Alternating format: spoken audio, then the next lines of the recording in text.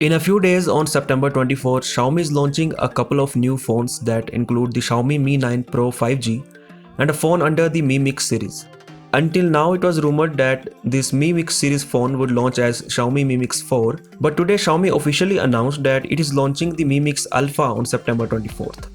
Now, unlike the Mi Mix 3 or Mi Mix 3 5G, the Xiaomi Mi Mix Alpha is a concept phone like the first generation Mi Mix. The first Mi Mix phone had the design as its main USP, and same is going to be the case with the Xiaomi Mi Mix Alpha. Now, I have seen a lot of sites saying that the Xiaomi Mi Mix Alpha might be a foldable phone. Well, the co-founder of Xiaomi has already said on Weibo that it is not a foldable phone, but rather a different concept phone. One of the highlights of the Mi Mix Alpha is going to be that display. You might have seen the waterfall display on phones like Vivo Nex 3 or the recently launched Huawei Mate 30 Pro. Well, the Mi Mix Alpha has a similar display, but it is one step ahead as the display is curved all the way to the back. As Ice Universe said on Twitter, this could be the super curved display if you look at the teasers. Another thing that Xiaomi is teasing is the 100% screen to body ratio, something that even the Vivo Nex 3 does not have, since that phone has a 99.6% screen to body ratio.